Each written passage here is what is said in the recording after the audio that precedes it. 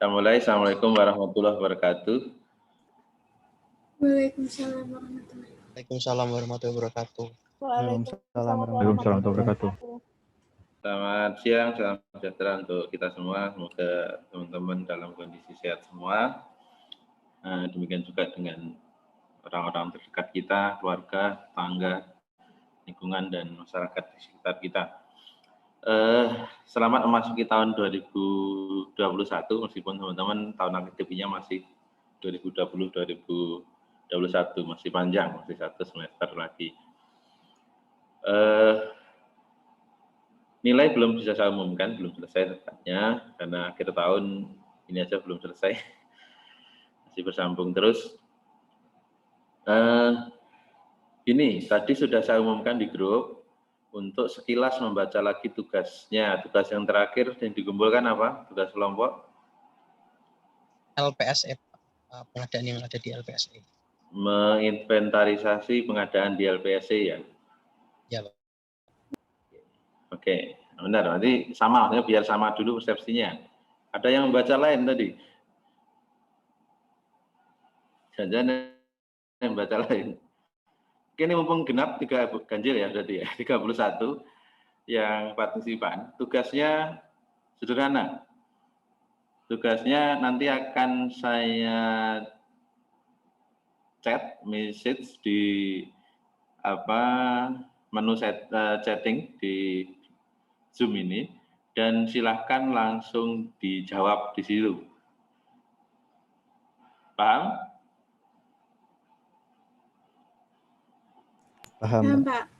Paham ya? Kurang lebih nanti waktunya 15 menit awal. Bahannya cuma dari situ, nggak ada yang lain. Yang tadi saya suruh pelajari. Pertanyaannya gampang banget loh. Kurang lebih waktunya adalah 15 menit. Soalnya berarti terbuka. Objeknya apa ya? Serupa tapi tak sama gitu, karena tiap kelompok mungkin berbeda KL atau daerah yang diambil LPSE-nya gitu. Jadi ya tentu siapa yang jawab lebih awal tentu punya nilai yang lebih bagus nantinya gitu. Kalau jawabannya benar. Ini sebenarnya terbuka, nyaris nggak ada benar salah nanti. Oke, sudah siap?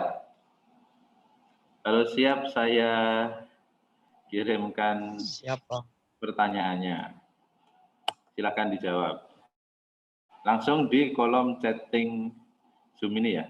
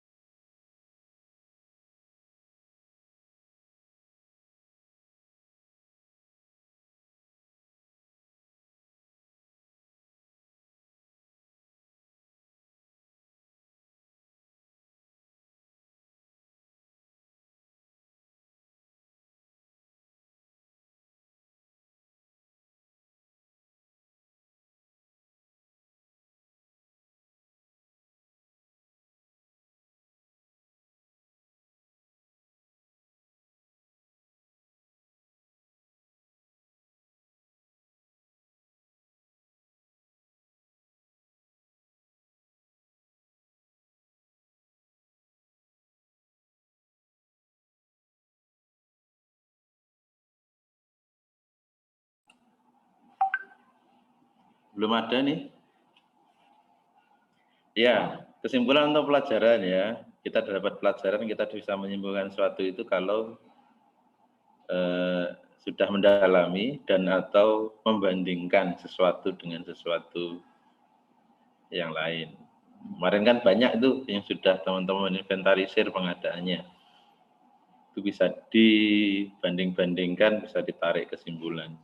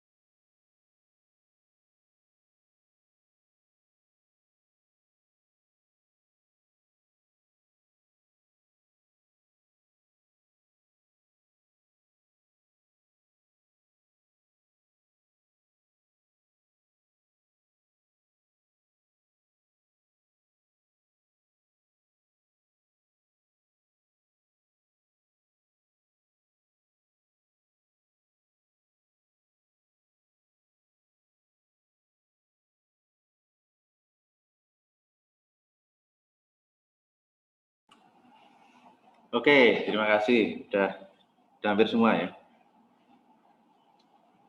Oke, sebelum saya membacakan, saya mungkin akan bacakan 1-2. Siapa nih volunteer yang mau membacakan kesimpulannya? Silakan.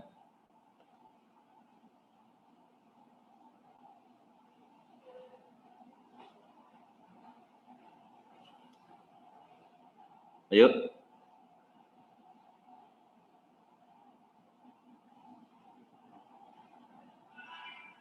Halo. Ya, Pak. Membacakan aja kan ya, Pak? Iya, tadi yang ditulis dibaca. Saya, Pak. Silakan. Dalam LPSC itu terdapat beberapa pengadaan seperti pengadaan barang, pekerjaan konstruksi, jasa konsultasi, jasa lainnya, dan masih ada lainnya. Terus setiap paket pengadaan itu memiliki metode pemilihan penyedia yang berbeda-beda, tender, seleksi, dan lainnya itu. Terus dengan pasca kualifikasi atau prakualifikasi. Kemudian rata-rata nilai pagu dari pengadaannya itu tuh lebih besar dari nilai HPS-nya atau sama. Terus rata-rata cara pembayaran itu menggunakan lumsum. Itu, Pak. Terima kasih. Zion, kemarin LPS mana? Kementerian Pendidikan dan Kebudayaan, Pak. Kementerian Pendidikan dan Kebudayaan ya. Oke, ada lagi? Silakan.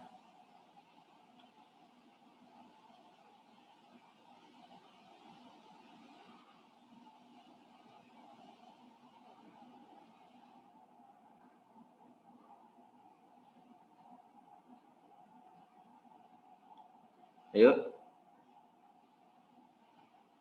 Tinggal baca loh. Sudah nulis kan tadi? Pak, saya Pak Iwang, Oke, Pak.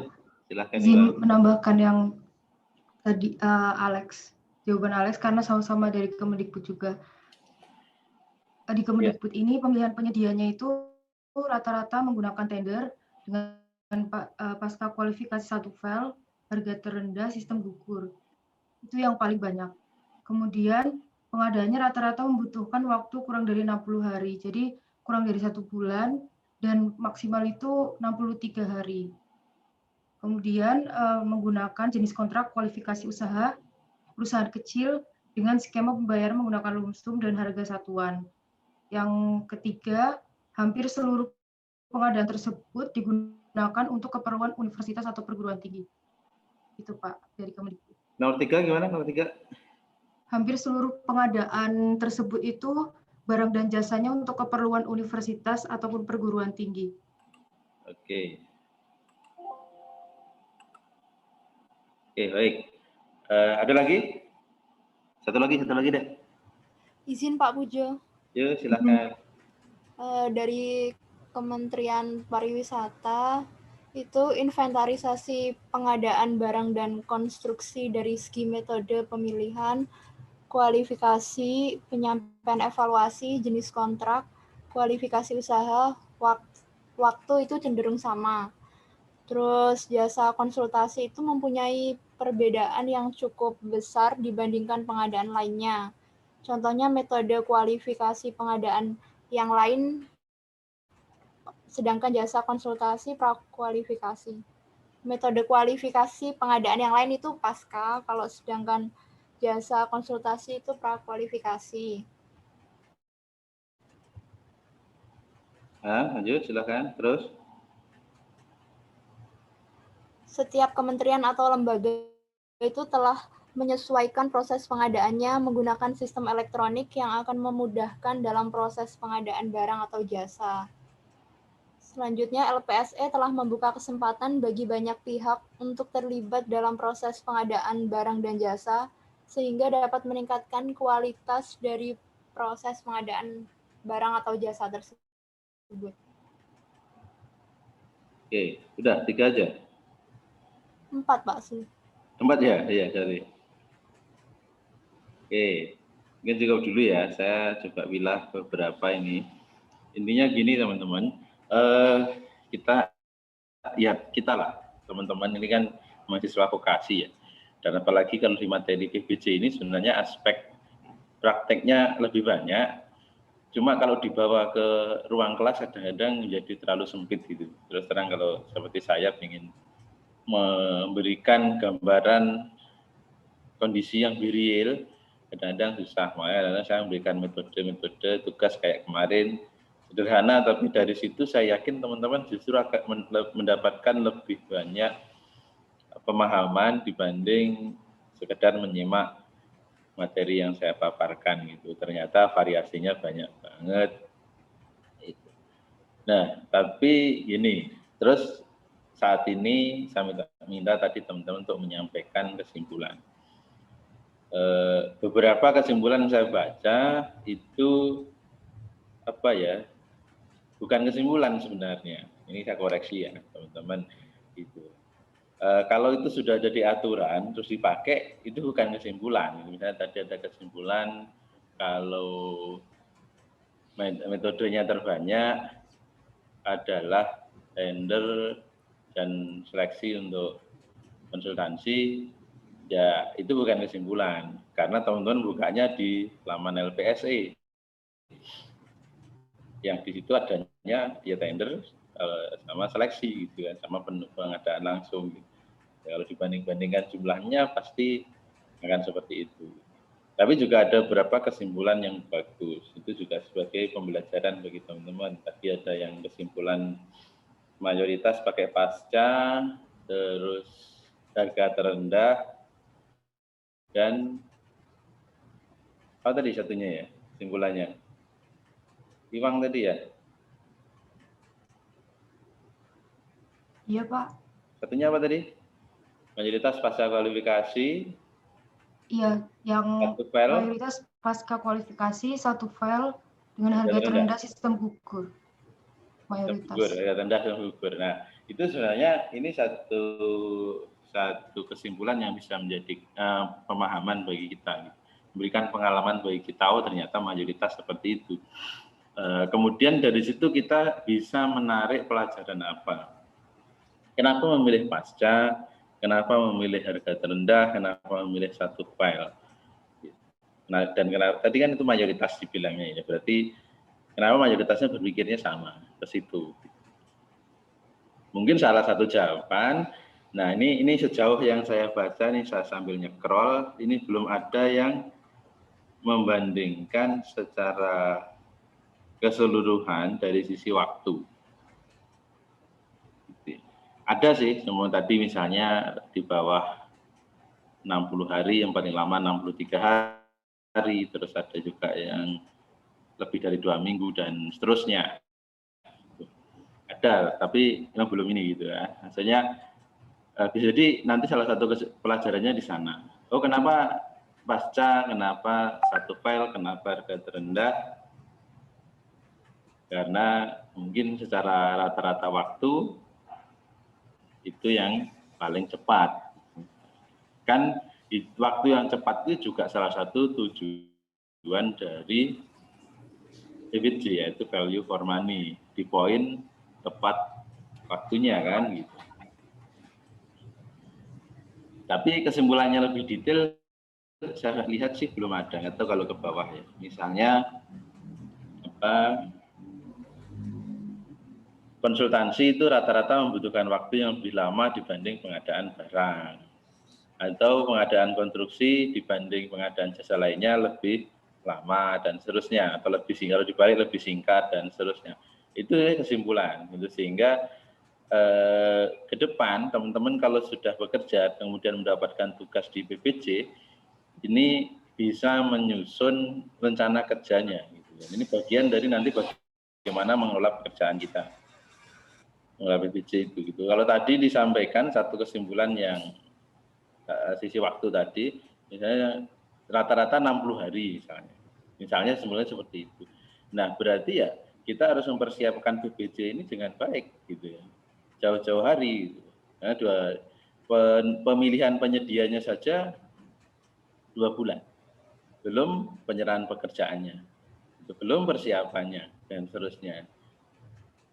Nah, ini yang harapkan teman-teman catat, nanti kalau baru masuk teman-teman ditanya, teman-teman sudah punya bekal nih untuk bekerja gitu kan. Misalnya di BPJ ya kita sedikit memberikan masukan gitu. Atau mungkin kesimpulannya itu dibalik. Teman-teman coba lihat, ada nggak tender yang selesai dalam 20 hari? Ada nggak tender konstruksi yang selesai dalam 30 hari dan seterusnya. Sehingga nanti pas dihadapkan pada pekerjaan, teman-teman dipanggil atasan misalnya nanti, nah, kita butuh ini nih, mau dipakai tanggal sekian, gitu kan. Nah, teman-teman bisa memberikan masukan yang presisi kepada atasan maupun kepada rekan kerja yang lain, gitu. Misalnya kita butuh barang A, waktu akan dipakai 20 hari lagi, 20 hari lagi yang cocok apa ini? Metode pengadaannya atau jenis pengadaannya bahkan. Dan gimana strateginya agar itu bisa tercapai. Seperti itu. Seperti saya contohkan satu ya. Kemarin di kampus di akhir September sebenarnya itu dapat anggaran yang memang sudah kita minta agak lama, yaitu pengadaan penggantian kabel antar gedung, kabel listrik ya dalam tanah. Nah, kondisinya seperti itu, waktu tinggal 3 bulan. 3 bulan itu panjang atau pendek, itu relatif, bagaimana kita mengaturnya. Tapi yang jelas, karena ini kabel listrik, ukurannya besar, tegangannya juga besar, saya tidak bisa menghitung sendiri. Gitu. Ini butuh kabel ukuran berapa, kalau jarak berapa mungkin saya bisa ngitung. Gitu. Tapi untuk gedung ini, dengan pemakaian sekian, saya butuh kabel apa, itu saya nggak bisa sendiri, artinya pekerjaan ini butuh jasa konsultansi terlebih dahulu. Jadi 1 bulan pertama itu digunakan untuk jasa konsultansinya, untuk menggambar, untuk mendesain, untuk mengukur kabel yang cocok ukuran berapa, sampai dengan membuat RAB-nya, yang nanti akan kita konversi sebagai HPS. Gitu kan? Nah, itu 1 bulan, berarti begitu itu selesai, waktunya tinggal 2 bulan. Waktunya 2 bulan, ini waktu total ya, waktu total. Untuk memilih penyedia maupun untuk melaksanakan pekerjaannya. Nah ini cukup nggak waktunya, ini harus saya pikirkan gitu. Kalau kita pakai tender biasa mungkin butuh waktu 30 hari. Kalau pakai tender 30 hari, tender umum ya, artinya waktu pengerjaannya tinggal sebulan. Ini belum kalau ada hal lain gitu. Dan faktanya sebulan digunakan untuk konsultansi itu belum selesai. Hasilnya maksudnya belum bisa langsung kita pakai gitu. Karena apa? Konsultan berdasarkan keilmuannya menghitung. Setelah dihitung ternyata hasilnya melebihi dari dana yang ada. Otomatis kita harus berdiskusi lagi. Kalau tadi dibikin layout kabelnya lewat sini, butuhnya lebih panjang, bagaimana cara agar lebih pendek, berarti jalurnya dirubah, dan seterusnya. Itu waktunya kurang lebih butuh 2 minggu lagi, atau setengah bulan. Nah, waktunya kemudian tersisa tinggal setengah bulan. Kalau saya gunakan untuk tender, sebulan, tinggal 2 minggu pengerjaannya, waktu yang tersisa. Cukup enggak gitu. Nah, dari situ, dari pelajaran-pelajaran itu sebenarnya itu juga pelajaran dari saya menyimpulkan, oh ini enggak cukup nih kalau waktunya sekian. Mungkin kita bisa membuat strategi. Oh, dirubah ke tender cepat. Nah, kalau tender cepat ada pengerjaannya yang rumit, itu agak susah karena menuliskan speknya jadi lebih rumit gitu. Akhirnya harus pakai tender cepat. Nah, karena tender cepat beli kabelnya doang. Yang untuk masangnya pakai paket terpisah dengan pengadaan langsung. Karena kalau bicara listrik itu biaya bahan dengan biaya tenaga kerja untuk memasangnya rasionya 90% biaya untuk bahan. Karena mahal. Seperti itu contohnya, gitu. Menyiasati waktu hingga cukup gitu sampai akhir tahun akhirnya beres, gitu bisa. Sehingga keamanan gedung di kampus dari sisi listrik sudah lebih baik. Itu salah satu contoh ya. Nah, nanti kan ini ini ya, ada rekamannya, termasuk rekaman chatnya, nanti akan saya baca lagi, termasuk juga nanti teman-teman bisa mengaksesnya, bisa membaca-baca kesimpulan dari teman-teman.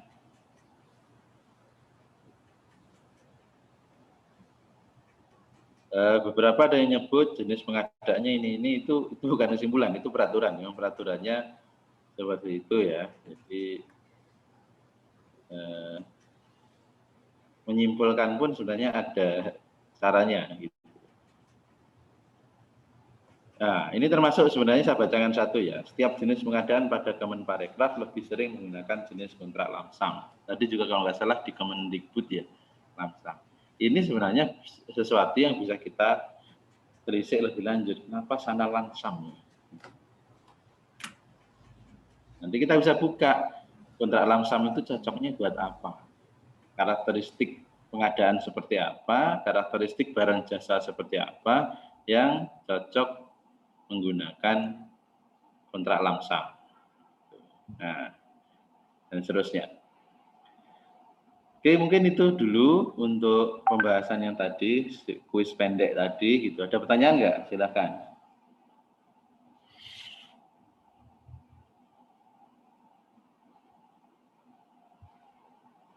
Pak Pujo.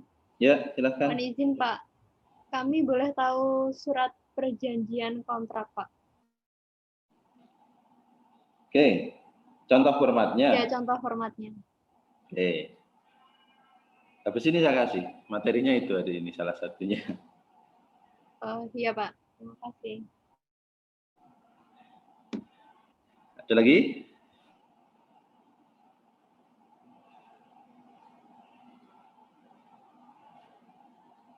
Kalau enggak saya coba mereview. Terakhir saya bahas apa ya kalau materi dari saya? Yang pelaksanaan kontrak sudah ya? Kan pelaksanaan PBJ kemarin ada dua aspek besar ya, satu pemilihan penyedia, dua pelaksanaan kontrak, plus satu aspek minor yaitu gimana kalau pemilihan penyedianya gagal. Sudah belum? Lupa Pak. Hah? Seingat saya sudah untuk kelas 521, kelas yang sebelah yang belum. Kalau yang pertama, yang pemilihan penyedia pasti sudah semua. Yang pelaksanaan kontrak nih. Ada yang ingat nggak? Ada rekamannya sebenarnya, udah saya upload juga di Google Classroom.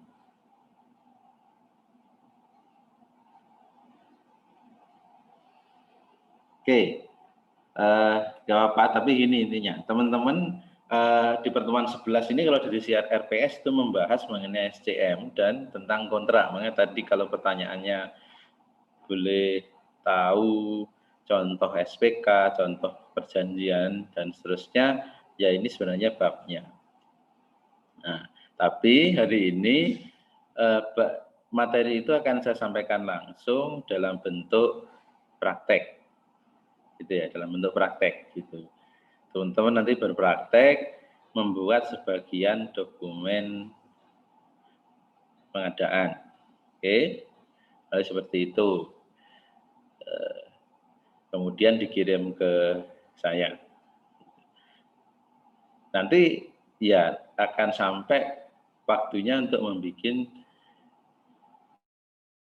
dokumen perikatannya gitu, entah itu bentuknya SPK atau surat pesanan atau untuk berbentuk kontrak atau perjanjian kerja. Oke, mungkin itu terus saya. Nah, metode apa yang akan kita coba praktekkan? Saya coba merefresh sedikit materi. Saya boleh share screen ya.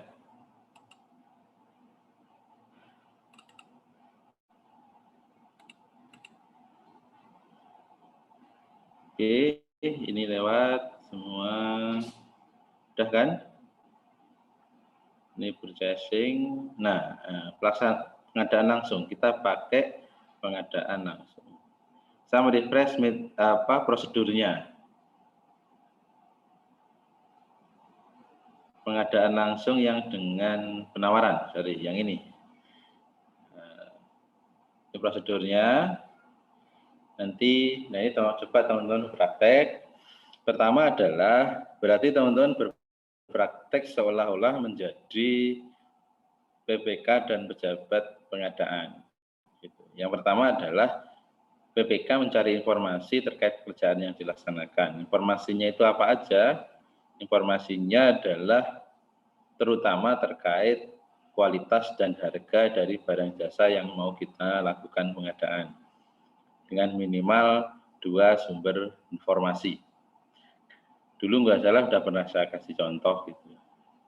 Nah, sebelum itu tentu teman-teman sudah memperoleh HPS yang disusun oleh PPK. Nah, berikutnya pejabat pengadaan mengundang calon penyedia dengan melampirkan spek teknis, gambar, dokumen, dan lain-lain. Kemudian setelah itu calon penyedia menyampaikan penawaran, pejabat pengadaan membuka, mengevaluasi, dan melakukan klarifikasi dan negosiasi teknis, serta mendapatkan harga yang wajar. Oke, kemudian setelah itu, kalau negonya oke, dibuat BAHPL, berita acara hasil pengadaan langsung. Kalau gagal ya diulang. Gitu. Oke. Nah, setelah itu melaporkan pengadaan ke PPK, kemudian PPK berkontrak. Gitu. Karena ini pengadaan langsung di bawah 200 juta untuk konstruksi barang dan jasa lainnya, atau 100 juta, di bawah 100 juta untuk jasa konsultansi, maka nanti bentuk kontraknya atau bentuk dokumen perikatannya adalah SPK, surat perjanjian kerja. Nah, surat perjanjian kerja ini setelah ditandatangani nanti diterbitkan SPP atau SPMK. Gitu. SPP itu untuk barang, surat perintah pengiriman. Kalau untuk yang lain namanya SPMK, surat perintah memulai kegiatan. Kurang lebih seperti itu. Ini saya merefresh prosedurnya aja. Nah, apa tugas teman-teman? Tugas teman-teman adalah membuat dokumen pengadaannya. Seperti apa? Sudah ada standar dokumen pengadaannya atau SDP-nya dari LKPP. Seperti itu. Jadi tinggal itu nanti yang diikuti. Nah, di Google Classroom sudah saya kasih link yang pengadaan.id atau .web.id, lupa saya nama situsnya. Silahkan dibuka. Ini tugas kelompok, cari yang pengadaan langsung. Kriterianya apa? Silahkan dibuka-buka lagi apa yang bisa dilakukan dengan pengadaan langsung. Kurang lebih seperti itu. Ini teman-teman nanti langsung praktek. Nanti saya berikan penjelasan sedikit dulu di awal, tapi teman-teman kembali bekerja dalam kelompok. Pilih dulu yang tugas sebelumnya kelompok itu membuat perencanaan pengadaan dari DIPA yang saya berikan, kemudian direncanakan paket-paket pengadaannya apa aja. Nah, sekarang pilih satu yang pengadaan langsung. Oke, sampai di sini bisa dipahami?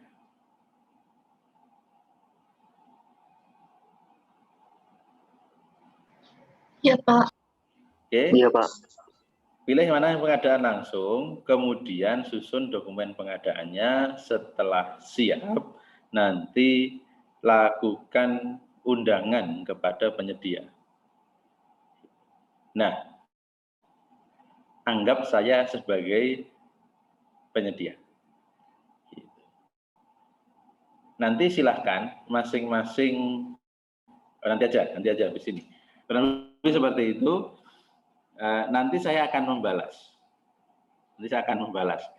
Penawarannya akan saya bikin. Nah, setelah itu teman-teman seperti melakukan negosiasi dengan saya.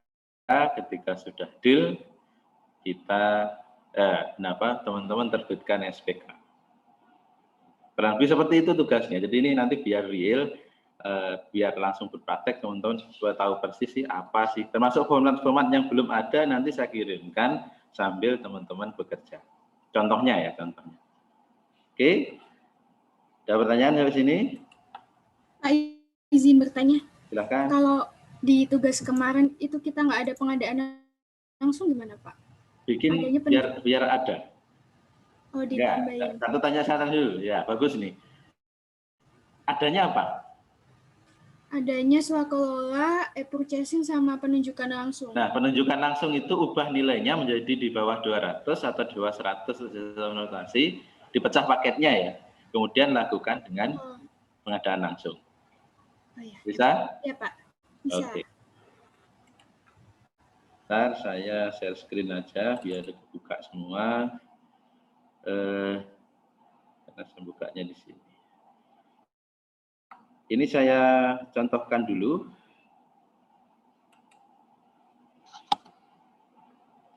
Yang oh ya, webnya dulu ya, sorry, webnya dulu saya tunjuk. Sudah dibuka webnya. Ini pengadaan.web.id. Ya udah ada linknya tadi sudah saya berikan, tinggal diklik. Terus ini udah dibagi-bagi nih. Nanti teman-teman kan kita mau pakai pengadaan langsung berarti ini ya nomor 18 ke bawah. Tergantung nanti teman-teman mana yang jenis pengadaannya yang mau dipakai, apakah pengadaan barang, kemudian apakah jasa lainnya, atau konsultansi, dan seterusnya. Konstruksi juga bisa sebenarnya, kurang lebih sama sih. Ini yang sudah ada, nanti silahkan di-download. Nah, tadi saya sudah mendownload satu untuk barang. Nih, standar dokumen pengadaan. Ini saya jelaskan dulu, nanti gimana cara membuatnya. Ini pertama udah seperti ini, dibiarin aja. Halaman pertama, halaman kedua ini baru kita isi. Nama paket kita apa? Misalnya pengadaan sound system untuk kelas, misalnya seperti itu. Tahu apa? PKN STAN tahun anggaran 2020 misalnya seperti itu ya. Terus pejabat pengadaan pada apa ini disebut unitnya, kantornya mana gitu. Teman-teman bisa bebas ya. Terus tahun anggaran berapa? Silahkan nanti ini diisi, ini saya kira gampang. Kemudian daftar isi biarin. Kemudian undangan. Nah, undangan ini apa harus diisi? Pertama nomor dan tanggal dan sebagainya silahkan diisi bebas. Kepadanya ini adalah kepada pimpinan perusahaan yang mau kita undang. Oke, pimpinan perusahaan yang mau kita undang ya. Nah, tempatnya D-nya nanti silahkan disebut. Alamat detail juga boleh, alamat secara umum juga boleh gitu kan. Nah, kemudian nama paket pekerjaannya ini seperti di cover tadi ini silahkan dipindah. Kemudian ini silahkan dituliskan. Nama paketnya apa, lingkup pekerjaannya seperti apa. Lingkup pekerjaan ini semacam menjelaskan secara singkat. Gitu kan. Misalnya tadi pengadaan sound system kelas. Gitu.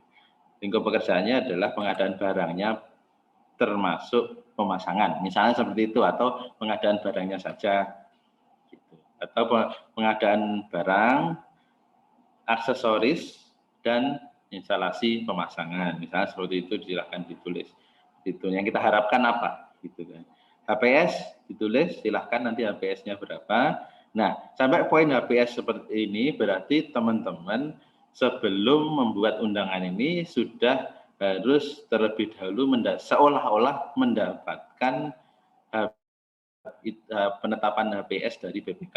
Nah, tadi saya sebutkan teman-teman juga seolah-olah bertindak sebagai BPK, tolong juga disusun HPS-nya. Oke, sumber pendanaan ya tentu dari DIPA kantor tersebut, kantornya apa silahkan ditulis. DIPA Politeknik Keuangan Negara STAN tahun anggaran 2020 misalnya seperti itu. Oke. Kemudian karena ini undangan harus jelas diundangnya kemana. Gitu kan. Inilah yang disebut sebagai pelaksanaan pengadaannya. Misalnya di kampus PKN STAN gedung B lantai 2 misalnya seperti itu, jalan Bintaro Utama bla bla bla dan seterusnya. Ini silahkan disesuaikan. Sampai di sini bisa dipahami? Bisa, Pak. Oke, berikutnya adalah teman-teman harus bikin jadwal. Oke, harus dibikin jadwal untuk ini kapan pemasukan dan pembukaan dokumennya, terus kapan evaluasi dan klarifikasinya. Paling enggak itu. Nanti kalau mau lebih detail saya berikan contohnya sambil jalan, teman-teman mengerjakan. Dan kapan SPK ditandatangani. Ini harus diberikan jadwal. Gitu. Nah, terutama yang sangat penting adalah jadwal kapan calon penyedia yang kita undang tadi diberikan waktu untuk mengajukan penawaran. Nah, ini karena pengadaan langsung, hitungan jam boleh, hitungan hari boleh, hitungan minggu juga boleh. Tapi namanya pengadaan langsung, biasanya salah satunya adalah untuk mencapai tujuan ketepatan waktu, ya seharusnya tidak lama-lama amat gitu kan. Misalnya sehari atau 2 hari, atau bahkan misalnya 10 jam, nggak apa-apa. Dan seterusnya, saya rasa ini selebihnya tanda tangan biasa. Nanti silakan berperan siapa di situ yang jadi pejabat pengadaannya. Oke, kemudian ini tidak usah diisi IKP, instruksi kepada penyedia ini sudah default standar seperti ini, tidak usah diisi. Dan seterusnya tidak perlu diisi.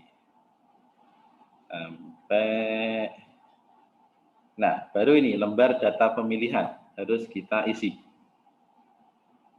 Artinya teman-teman sebagai pejabat pengadaan sebelum mengirimkan ini sebagai dokumen pengadaan beserta undangan tadi harus diisi terlebih dahulu. Kode RUP nanti silahkan dibikin berandai-andai ya, kode berapa digit mah terserah gitu kan. Kemudian nama paket tadi sudah, uraian singkat seperti tadi ruang lingkup itu jelaskanlah singkatnya seperti apa. Kemudian nama satuan kerja tadi sudah, pejabat pengadaan sudah, ya ini silahkan diisi disesuaikan. Kemudian sumber dana juga jelas. Nah, surat izin ini ya nanti silahkan disesuaikan. Itu kalau untuk mayoritas yang harus ada itu SIUP, surat izin usaha perdagangan, karena hampir semua jenis usaha itu pada dasarnya dagang, gitu. Nah, nanti ada beberapa yang spesifik, misalnya kalau nanti teman-teman mengajukan kontrak konstruksi, maka nanti harus ada IUJK, izin usaha jasa konstruksi. Kemudian konsultasi dan seterusnya. Atau IUJPTL misalnya, izin usaha jasa pembangkit tenaga listrik misalnya seperti itu. Kemudian bidang pekerjaan ini nanti berdasarkan KBLI, kualifikasi baku lapangan usaha Indonesia, gitu kan, atau kode usaha lainnya. Nanti ya ini bebas saja teman-teman, nanti sambil googling biar bertambah pengetahuannya KBLI gitu ya, silahkan. Nanti dicocokkan di sana. Kemudian atau kemarin ya lihat di LPSC kemarin tuh ada tuh kode-kodenya kan gitu. Nyontoh di situ juga boleh. Kemudian masa berlaku penawaran ini nanti isi aja 30 hari. Oke, diisi 30 hari aja. Artinya apa?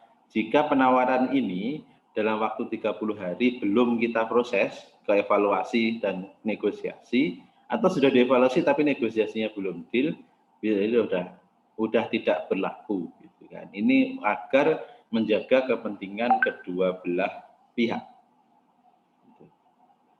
Pihak penyedia bisa jadi dia nawar harga segitu ya kemarin udah sebulan lalu, kalau sekarang bahan bakunya aja udah naik dan sampai dia juga rugi gitu kan, dan seterusnya. Dan jangka waktu pekerjaan ini, jangka waktu penyerahan atau pengiriman barang itu jangka waktu pekerjaan. Nanti silahkan teman-teman yang menentukan. Ini tergantung kompleksitas dan juga kondisi dan sifat-sifat pengadaan barang jasa yang mau kita adakan.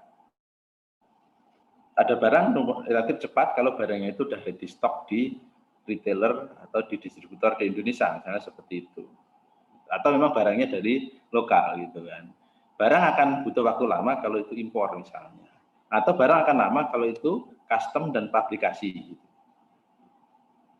Dan seterusnya. Nanti kalau jasa lainnya sewa, ya tergantung berapa lama dibutuhkan untuk sewa kan gitu. Dan seterusnya. Ada pertanyaan silahkan.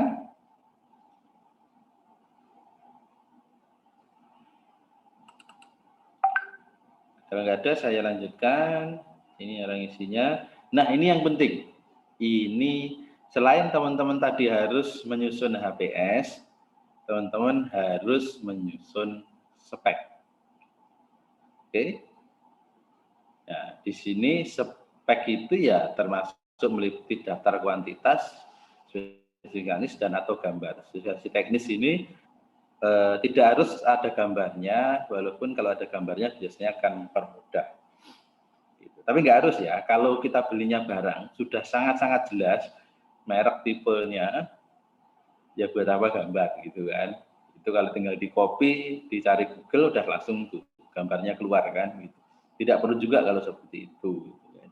Tapi kalau barangnya custom harus membuat sendiri atau aplikasi desainnya khusus, gambar ini sangat urgent untuk dilampirkan atau disertakan, gitu. Biar nggak salah. Tapi seperti itu. Nah, di sini ada keterangan yang perlu kita perhatikan. Daftar kuantitas, spek tag, dan atau gambar diisi oleh pokja pemilihan atau pejabat pengadaan ya dalam hal ini berdasarkan daftar barang yang terdapat dalam rincian HPS yang ditetapkan oleh BPK. Artinya apa? Artinya teman-teman pas nyusun HPS tadi sudah harus menyebut item barangnya apa dan kuantitinya berapa. Mustahil bisa membuat harga perkiraan kalau kita tidak tahu barangnya apa dan jumlahnya berapa. Gitu kan. Kita bisa bilang kita mau pengadaan kursi senilai 60 juta karena kita bisa sebut kursinya tipe A harganya 1 juta. Jumlahnya 60, sehingga kalau di total nilainya 60 juta. Jadi kalau enggak itu, satunya kita butuh itu ya, kursinya yang itu deh. Oke, kita googling harganya 1 juta. Jumlahnya berapa? Enggak tahu ya, enggak bisa dijadikan HPS kan. Jadi itu, jadi jadikan HPS bukan sekedar bikin HPS, teman-teman harus memperjelas DKH. Kita nyebutnya ya, daftar kuantitas dan harga. Atau kalau di bahasa orang yang di lapangan biasanya BQ atau BOQ. Nah, nanti kalau teman-teman mendengar istilah itu juga nggak usah bingung. Itu sama artinya.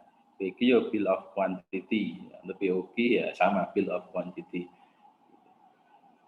Kemudian spek tag dan gambar diisi oleh pokja atau pejabat pengadaan tadi berdasarkan spek tag dari BPK.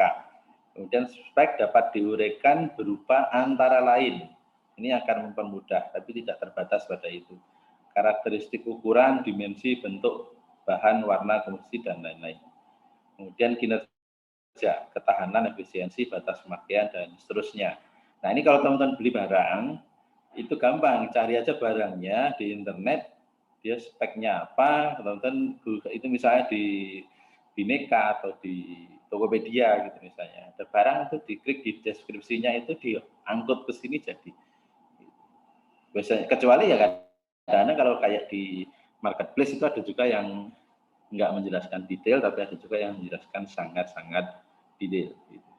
Kemudian standar digunakan kalau ada silahkan cantumkan. Kemudian pengepakannya seperti apa jika itu membutuhkan pengiriman dan punya resiko misalnya. Ya pengepakan harus menggunakan bubble wrap tebal minimal sekian, kemudian di packing dengan kardusnya dibungkus dengan kayu misalnya seperti itu.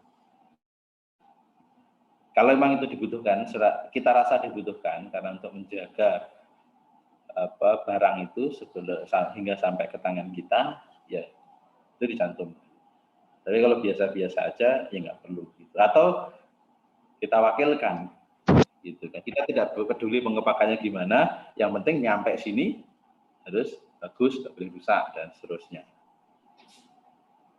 Kalau seperti itu, nah formatnya DKH itu ya DK ya, ini baru DK itu seperti ini.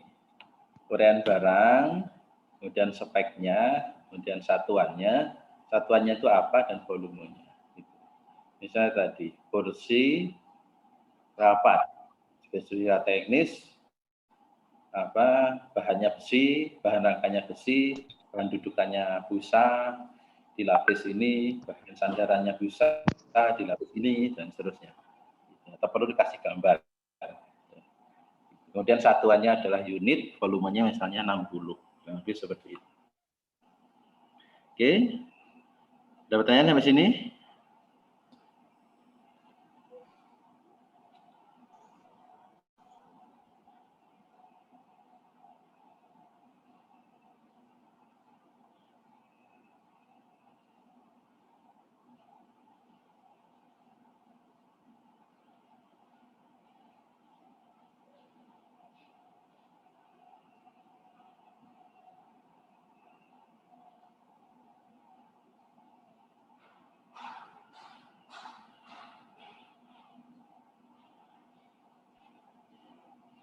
Enggak ada, saya lanjut. Dokumen penawaran tidak perlu diisi. Yang isi nanti saya. Tapi ini nggak boleh dihapus ya dalam dokumen. Itu artinya apa? Kita ikut kirimkan agar calon penyedia yang kita undang pas nawar itu bentuknya standar seperti ini. Bukan berarti nggak diisi terus boleh dihapus. Enggak, jangan dihapus. Tapi biarkan seperti ini. Artinya kita ngasih format. Kemudian bentuk dokumen penawaran teknis itu juga, ini masih saya semua ini. Iya. Bentuk dokumen penawaran A, B, C sampai terakhir ini nanti saya yang akan ngisi selaku yang dianggap nanti penyedianya. Oke. Fakta integritas ini format nanti juga saya yang isi, tidak perlu diisi. Dan seterusnya. Kemudian ini juga saya. Sampai itu kayaknya udah habis. Yang perlu teman-teman isi, sampai itu tadi aja diisi. Kemudian dikirim. Ini juga saya ini kalau dibutuhkan. Ini nggak selalu dibutuhkan. Kalau ini tidak semuanya perlu diisi juga nanti oleh penyedia. Kata administrasi ini pasti gitu dan seterusnya. Tapi kalau kayak personil kayak gini, ini belum tentu pastinya apabila diperlukan gitu. Kalau cuma beli barang nggak perlulah ngisi ini kan gitu. Yang penting barangnya datang. Tapi kalau ini adalah jasa lainnya, misalnya adalah IO, maka mungkin perlu diisi siapa manajernya, siapa kaptennya, gitu. Siapa kalau IO-nya ini juga ada sound system, siapa sound engineer-nya, siapa soundman-nya, dan seterusnya. Dan seterusnya. Ini juga saya nanti yang isi. Oke. Nah, baru ini nanti yang teman-teman ngisi setelah proses negosiasi. Setelah deal lah tepatnya. Oke, setelah deal dan diumumkan, kita menjadi penyedianya. Gitu. Namanya SPK, karena ini pengadaan langsung, surat perintah kerja. Ini satuan kerja nomor, nama PPK, nama penyedia, terusnya nama penyedia ini adalah nama apa namanya PT-nya, berikut orang yang menjadi wakil untuk bertransaksi. Paket pengadaannya tulis di sini nanti namanya, kemudian nanti diisikan data-data terkait proses pemilihan penyedia dengan penunjukan langsung tadi. Nomor surat undangannya berapa, nanti surat undangan berarti jangan lupa diisi nomor, terserah formatnya teman-teman, kemudian tanggalnya, kemudian BAHPL-nya kapan, nomor BA-nya seperti apa, dan seterusnya. Oke, kurang lebih seperti itu. Kemudian di sini termasuk nilai kontraknya, ini kontrak nilai yang sudah disepakati. Bukan pagu, bukan HWS, yang sudah kita sepakati nanti. Kemudian waktu pekerjaannya berapa. Oke, lebih seperti ini. Oke, ini aja kurang lebih. Di sini bisa kita tambah ketentuan-ketentuan sederhana. Kenapa sederhana? Karena SPK pada dasarnya adalah bentuk dokumen kontraktual yang lebih sederhana. Kalau rumit, ya kontrak gitu. Nah, selebihnya yang rumit-rumit, yang mungkin ketentuan-ketentuan baku dari kitab undang-undang hukum dagang maupun hukum perdata adanya di bawah. Syarat umum ini nggak perlu dirubah, tapi boleh dirubah jika kita merasa itu perlu diubah, gitu ya. Silahkan aja, misalnya ini boleh ya kita ubah, gitu kan. Dan ini harus kita cantumkan nanti di dokumen pengadaan biar dibaca oleh calon penyedia. Dan seterusnya. Usaha kompensasi. Nah, kalau tadi nanya bentuk kontrak itu seperti apa, sebenarnya mirip-mirip ini. Ketentuan-ketentuan detailnya seperti ini, nanti silahkan dibaca. Kontrak itu kayak gini. Beda di format depannya aja kalau kontrak lebih ini. Sama jadi klausul sih, akan lebih kompleks gitu kan. Oke. Nah, ini biasanya kalau di kita, di Kementerian Keuangan, ini kita taruh di depan. Di halaman paling depan dari SPK tadi. Kalau ketentuan mengenai denda. Itu biar lebih terlihat. Gitu. Nah, ini boleh kita rubah. Ini adalah standar biasa. Denda itu adalah 1 per mil, 1 per 1000 dari nilai kontrak. Atau dari barang atau dari nilai kontrak yang belum diselesaikan, tergantung kita memilihnya yang mana. Kalau kita merasa terlalu ringan ini, dirubah boleh. 1 per 100 dan seterusnya. Nanti itu yang harus diketahui juga oleh penyedia. Oke, itu kemudian ini dokumen lain penunjukan penyedia. Ini biasanya kalau untuk tender ya, penunjukan media. Nah ini SPP. Nah, kalau bentuknya barang, tadi setelah SPK kita bisa terbitkan SPP untuk mengirimkan barangnya. Oke.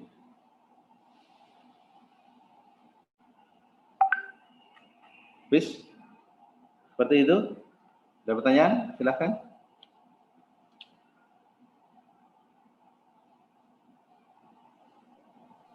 Pak, izin bertanya, Pak.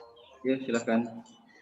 Masih bingung terkait dengan HPS, Pak. Kan kalau misalnya di barang itu kita bisa mencari harga perkiraan itu dengan misalnya kayak googling gitu kan ya, Pak. Tapi kalau misalnya jasa konsultansi sama jasa konstruksi itu masih bingung, Pak. Gimana cara menentukan HPS? Oke. Untuk latihan saya tidak sarankan yang konsultansi. Konstruksi. Konstruksi jangan dulu. Kalau konsultansi mungkin nanti teman-teman buka Inkindo. Saya sudah buka kayaknya. Bentar.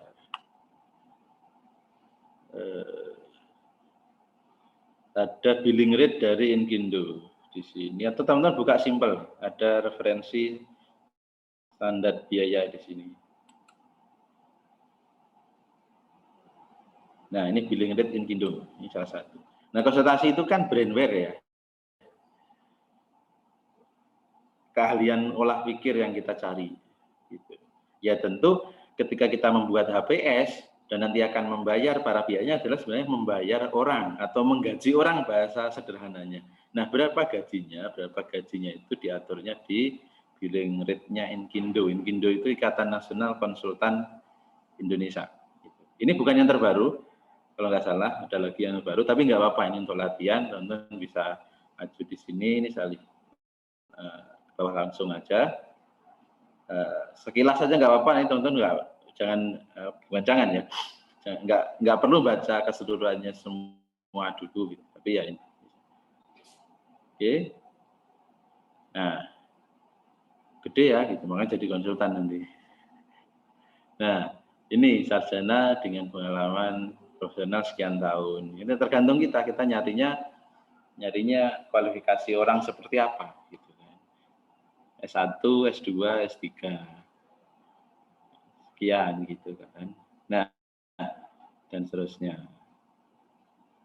Nah, ini kalau dia sudah punya sertifikat sebagai ahli di bangunan, ahli di sipil atau siapa. Nah, di setiap sertifikat SKA namanya ya, sertifikat keahlian itu punya tingkatannya, apakah dia pratama, mudia, madya, atau utama, dan seterusnya. Nah, ini yang untuk personil pendukung kalau dibutuhkan. Maksudnya seorang konsultan kan kadang-kadang juga tidak bisa kerja sendiri, mungkin dia butuh support dari misalnya software programmer atau apa namanya surveyor untuk ngitung gitu dan seterusnya. Ini pun ada tarifnya ada. Nah, dan seterusnya ini juga untuk pendukung tenaga kantor yang dia butuhkan, sopir dan seterusnya. Nah, tarif-tarif di atas ini adalah semuanya tarif untuk DKI Jakarta. Provinsi DKI Jakarta dengan indeks 1,00. Nah, bagaimana kalau kantor kita di provinsi lain, ini ada indeks penyesuaiannya. Kalau ini Jakarta tadi benchmarknya 1,00, Banten 0,954, ya tadi DKI misalnya 30 juta tadi, untuk Banten karena PKN stand di Tangsel, jadi kita kalikan 0,954. Seperti itu. Dan seterusnya. Atau kalau kita ada, saya dulu di Balikpapan, berarti Kalimantan Timur 1,064. Jadi tarifnya Jakarta. Tarifnya Jakarta. Dan seterusnya. Kurang lebih seperti itu. Baik Pak, paham. Terima kasih Pak. Oke. Satu lagi ya, tambahin dikit nih.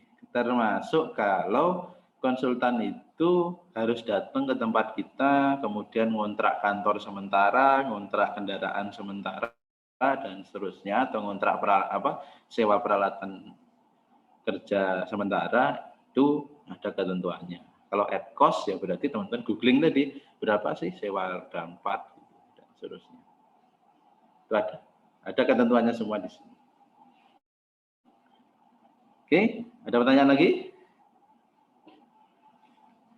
Konstruksi jangan dulu ya, konstruksi beda.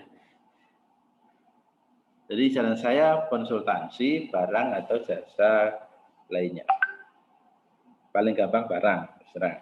Gitu.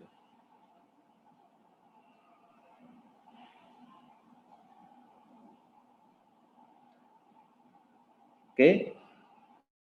Nah, nanti saya berikan juga contoh-contoh BAHPS, BA spek yang bisa teman-teman kemudian apa ya?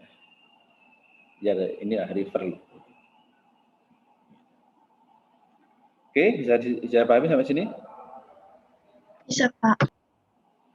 Oke, kalau bisa nggak ada pertanyaan lagi. Izin bertanya, Pak. Ya, silakan. Kalau misalnya yang kita cari nggak ada yang di Inkindo gimana ya, Pak? Nggak ada Inkindo? Iya, Pak. Nah, HPS itu namanya juga perkiraan sendiri ya. Nah, yang penting datanya bisa kita pertanggungjawabkan. Kita bisa pakai perkiraan, kita bisa pakai survei, gitu kan. Jadi kita tanya aja gitu kan. Atau ya salah satunya sebenarnya kita bisa mengacu ke tempat lain seperti apa. Saya kadang-kadang juga menggunakan itu. Terus terang. Harus login nggak ya? Untuk bisa melakukan itu. Nah, saya coba ke Chrome dulu.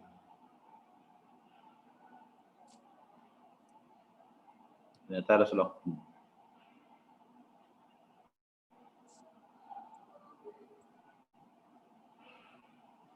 Nah, saya tunjukin aja betul ini ya. Nonton nanti anggap aja nanti teman-teman melakukan itu. Nonton isi sesuai judgement teman-teman.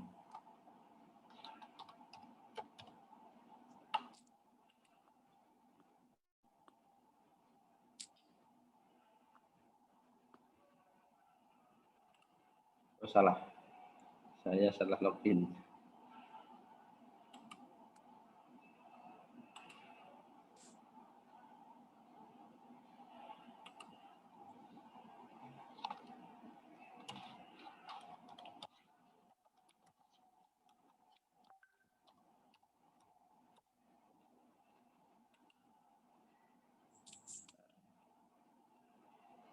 Perbandingan harga.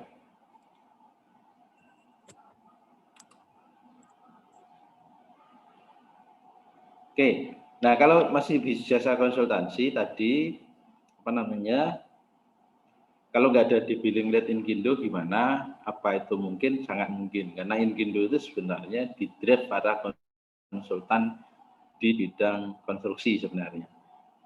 Padahal konsultan banyak, ada konsultan manajemen, konsultan pajak, konsultan accounting, dan seterusnya. Nah, kita bisa survei di tempat lain, tanya, kita googling. Atau beberapa bidang industri ataupun profesi juga sudah punya standar rate-nya masing-masing, itu bisa dicari juga, nggak apa-apa tadi. Kuncinya bisa kita pertanggungjawabkan.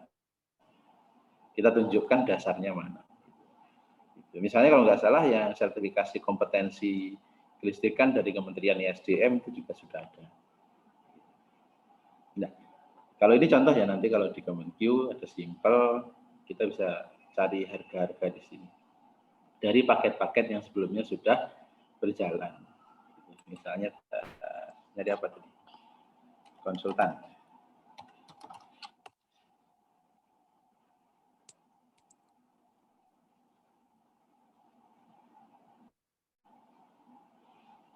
Tidak lama itu.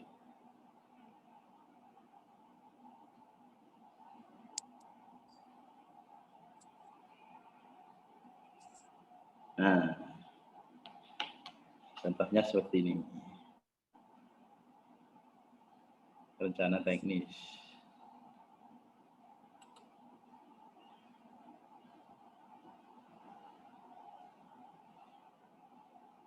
Ya, kita aja. Ini hanya. Ini umumnya paket ya. Dibikin satu paket. Jadi bukan orang per orang.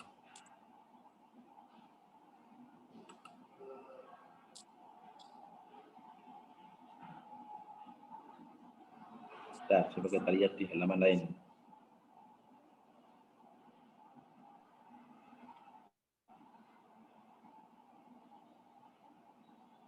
Lama ya. Ini juga bisa kita filter kalau di simpel ya. Misalnya kita filter provinsinya biar harganya relatif setara. Gitu. Ini paket LS, paket LS. Ya, nggak terlalu kelihatan. Tapi intinya seperti itu, kita bisa pakai yang lain, asalkan tadi bisa dipertanggungjawabkan.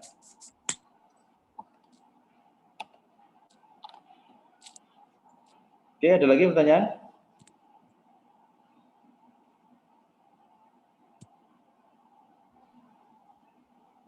Cukup ya? Pak, aku tuh ingin bertanya. Ya, silakan. Di satu dokumen tadi itu untuk satu item. Kurang keras suaranya, kurang keras. Benar, Pak. Satu dokumen tadi itu untuk satu item aja atau bisa beberapa ya Pak? Satu paket gitu? Satu paket, satu dokumen pengadaan. Oh, satu paket ya. Makasih Kan Pak. di covernya ada nama paketnya, otomatis ya satu paket, satu dokumen. Nah, tadi sebenarnya tadi manual ya. Nanti kalau teman-teman pakai aplikasi sih nggak harus bikin semuanya lengkap seperti itu gitu ya. Oke, belum ada pemajaran di IPA. Bentar. Saya coba tunjukkannya. Ini proses. Nah, kalau di aplikasi seperti ini. Coba saya buka ya, teman-teman tahu. Nah, ini kita serang kalau nggak semuanya terisi kayak gini, dan ini kita nggak bikin. Karena ini by system. Begitu diterima nanti oleh calon penyedia, ya dia sudah tahu. Datanya sudah masuk dia.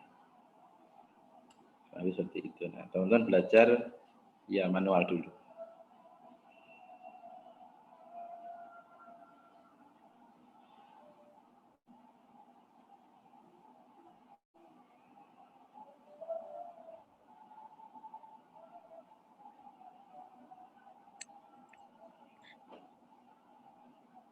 Oke.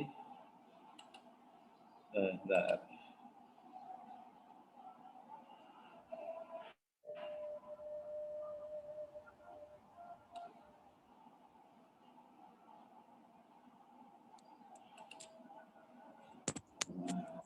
Nah, jadwal ini saya perlihatkan ke teman-teman.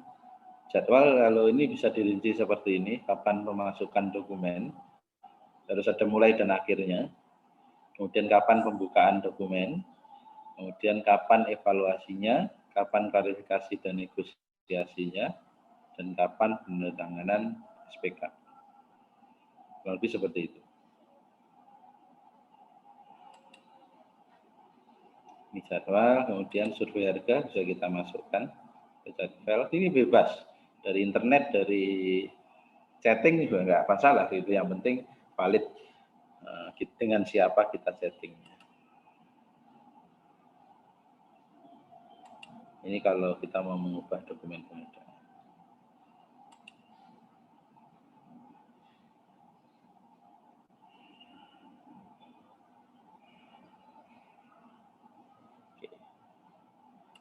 Tapi seperti itu.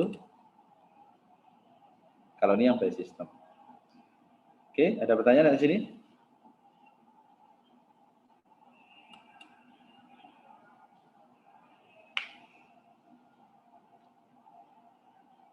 Kalau enggak, saya cukupkan untuk materi tatap mukanya. Nanti teman-teman silahkan langsung ke kelompoknya masing-masing, mulai membahas paketnya apa, kemudian mulai nyusun HPS dan speknya dan dokumen pengadaannya tadi. Silahkan di-download formatnya sesuai dengan jenis pengadaan masing-masing dari web atau link yang tadi saya berikan. Nah, sambil jalan nanti saya akan upload beberapa contoh BA spek itu seperti apa, HPS itu seperti apa, dan seterusnya. Itu saja.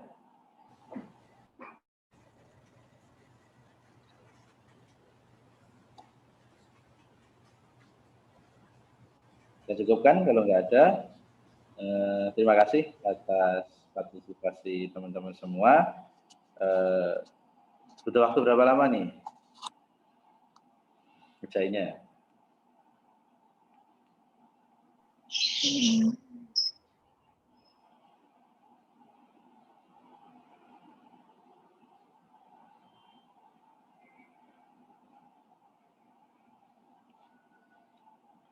Ini saya umumkan ya kapan harus diberikan ke saya bentuknya. Nanti ngirimnya apa? Apakah email? Apakah format yang lain?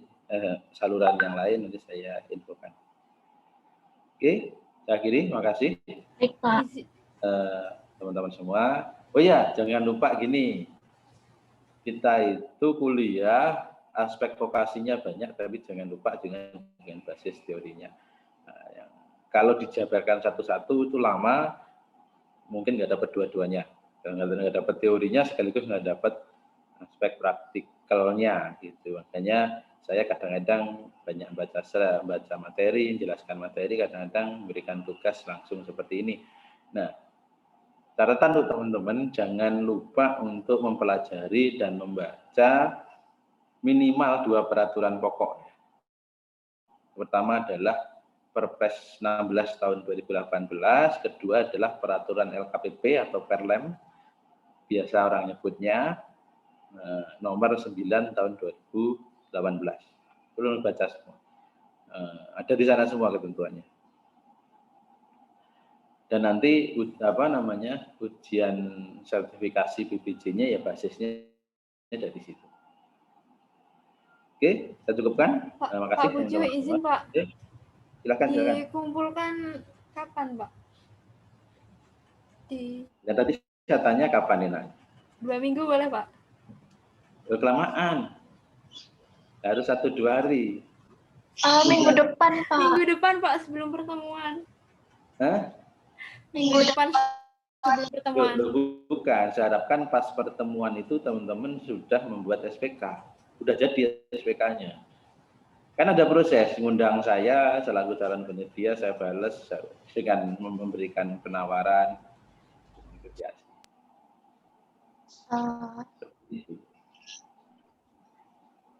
Oke, ya intinya gitu aja ya. Maksudnya sebelum perkuliahan di pekan berikutnya itu udah harus siap SPK. Gitu ya. Nah, nanti ya terserah, tadi kan tergantung jadwalnya tadi. Teman-teman kan bisa nyusun jadwalnya nih agar penandatanganan SPK-nya nanti di pertemuan berikutnya. Gitu ya. Baik, Pak. Oke. Saja untuk hari ini. Terima kasih. Saya akhiri. Assalamualaikum warahmatullahi wabarakatuh. Waalaikumsalam warahmatullahi wabarakatuh. Waalaikumsalam warahmatullahi wabarakatuh. Waalaikumsalam warahmatullahi wabarakatuh. Terima kasih, Pak. Terima kasih, Pak. Terima kasih, Pak. Oke, nanti yang ringkasan chatting saya dikirimkan ya, tolong di convert nanti. Oke, terima kasih, saya lihat ya.